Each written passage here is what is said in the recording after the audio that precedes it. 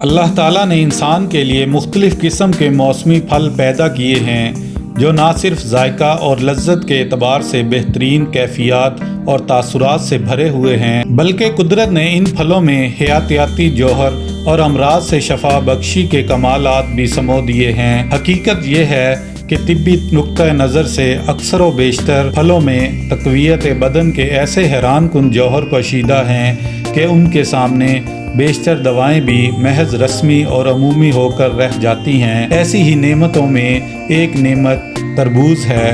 اللہ رب العزت نے اس گیند نما پھل میں جو پانی سے بھرا ہوا ہے بے شمار فوائد رکھے ہیں، تو مکمل فوائد جاننے کے لیے چلتے ہیں ویڈیو کی طرف۔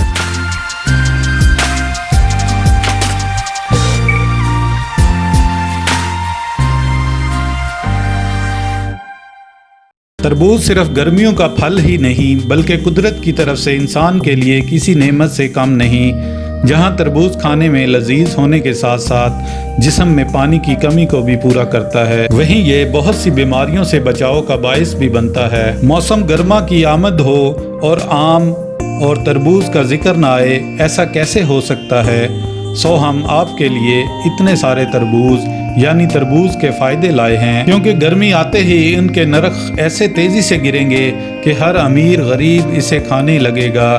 اب ایسے میں آپ کو تربوز کے فوائد تو پتہ ہونا چاہیے۔ تربوز گہرے سبز رنگ کا ہوتا ہے، لیکن کبھی کبھار اس کا خول گہرے اور ہلکے سبز رنگ کی پٹیوں میں ہوتا ہے۔ اگر اس کی نیوٹریشنل ویلیو کی بات کریں تو تربوز میں 90% تک پانی پایا جاتا ہے، جبکہ 10% اجزاء میں منرلز اور وٹامنز کا خزانہ چھپا ہوتا ہے، جس میں فولاد، پوٹاشیم، سوڈیم، کیلشیم، فاسفورس، نشاستہ اور روغنی اجزاء شامل ہیں۔ وٹامن اے کا بہترین ذریعہ ہے، وٹامن سی سے بھرپور ہے، اس میں کولیسٹرول نہیں ہوتا۔ تربوز میں پوٹاشیم اور میگنیشیم کی اچھی خاصی تعداد ہوتی ہے، ان کی موجودگی بلڈ پریشر کو نیچے لاتی ہے۔ تربوز میں امینو ایسڈ کی بھی خاصی مقدار موجود ہوتی ہے جو ہائی بلڈ پریشر کو نارمل رکھنے میں مددگار ثابت ہوتے ہیں۔ تربوز میں موجود ریشے اور توانائی میں کم ہونے کی وجہ سے وٹامن سی اور پوٹاشیم کی مدد سے کولیسٹرول کی سطح کو قابو میں رکھتا ہے اور دل محفوظ رہتا ہے۔ تربوز صرف گرمی میں پانی کی کمی ہی پوری کرنے کی صلاحیت نہیں رکھتا بلکہ بلڈ پریشر کو معمول پر رکھتے ہوئے امراض قلب سے حفاظت میں بھی اہم کردار ادا کرتا ہے۔ طبی ماہرین کا کہنا ہے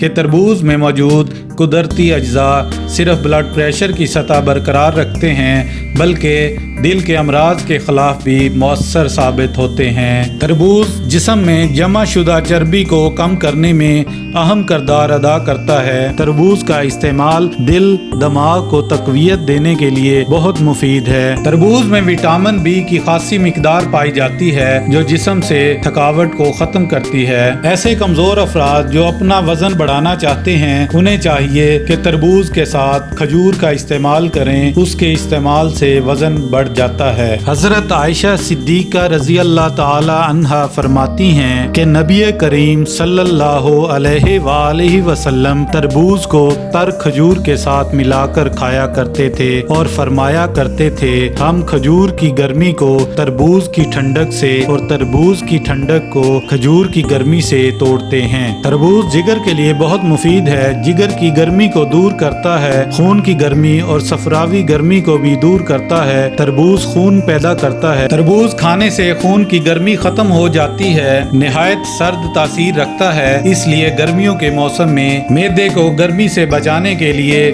نہایت مفید ہے۔ اس میں شامل وٹامن بی کے متعدد اقسام جگر کے لیے بہت مفید ہیں، یہ نظام انہضام کی اصلاح بھی کرتا ہے۔ تربوز جگر مثانہ اور گردوں کی گرمی دور کرنے والا پھل ہے۔ اس میں سرخ فولاد اجزاء ہیموگلوبن کافی مقدار میں ہوتا ہے۔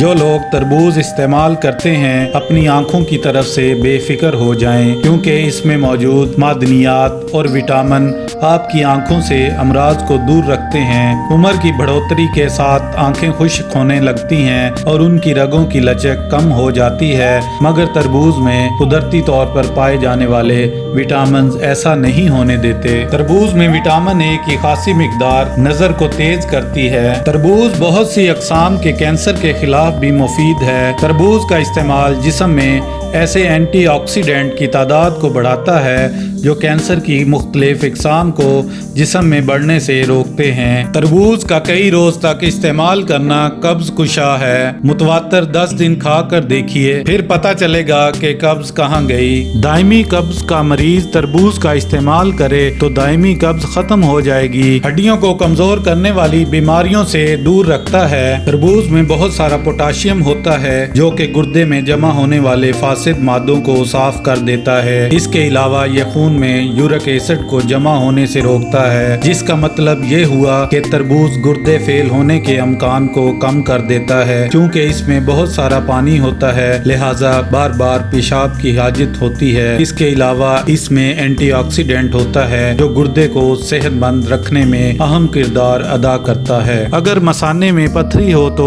وہ بھی تربوز کے استعمال سے خارج ہو جاتی ہے۔ سینے میں جلن اور گیس کے مریضوں کے لیے بھی یہ پھل نہار منہ کھانا بہت زیادہ فائدہ مند ہوتا ہے۔ شوگر کے مریض جن کو ایسی غذا لینی پڑتی ہے جس میں شوگر کم ہو، شوگر کے مریض عموماً بھوک کی شکایت کرتے ہیں، بار بار کھانا بھی ان کے لیے ٹھیک نہیں ہوتا۔ گرمیوں کا موسمی پھل تربوز ان کے لیے بہترین پھل ہے۔ ذائقے میں میٹھا ہونے کے باوجود اس کا ایک ٹکڑا آپ کو کم کیلوریز دیتا ہے کیونکہ اس میں 99% پانی اور ریشے ہوتے ہیں۔ اس کے علاوہ دیگر معدنیات اور وٹامن مثلاً پوٹاشیم اور میگنیشیم جسم میں انسولین کو فعال رکھنے میں بہت مددگار ثابت ہوتے ہیں۔ تربوز جسم کے درجہ حرارت اور بلڈ پریشر کو کم کرتا ہے۔ ایشیائی ممالک کے باشندے جب زیادہ گرمی پڑتی ہے تو دوپہر کے وقت تربوز کھاتے ہیں تاکہ وہ اپنے جسم کو ٹھنڈا رکھیں اور لو سے محفوظ رہیں۔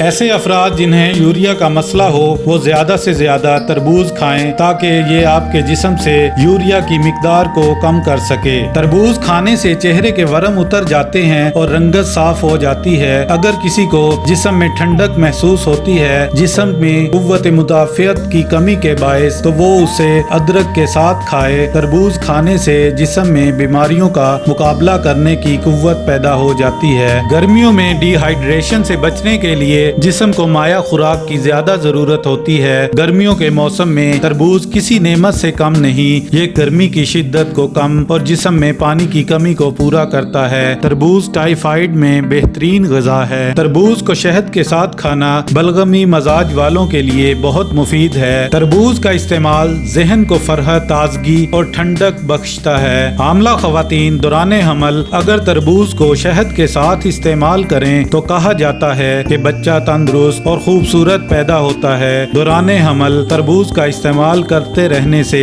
حمل گر جانے کا اندیشہ نہیں رہتا۔ ماہرین کے مطابق تربوز جلد کو تر و تازہ رکھنے کے ساتھ ساتھ گرمیوں میں جلد کی نمی کو بھی برقرار رکھتا ہے۔ تربوز کے ایک کپ جوس میں تقریباً 25% وٹامن سی موجود ہوتا ہے۔ وٹامن سی نہ صرف جلد کو نرم و ملائم رکھتا ہے بلکہ اس میں ایسے اینٹی آکسیڈنٹ موجود ہوتے ہیں جو قوت مدافعت کو بھی بڑھاتے ہیں۔ تربوز کے استعمال سے چہرے کی جلد تر و تازہ رہتی ہے اور داغ دھبے بھی کم ہو جاتے ہیں۔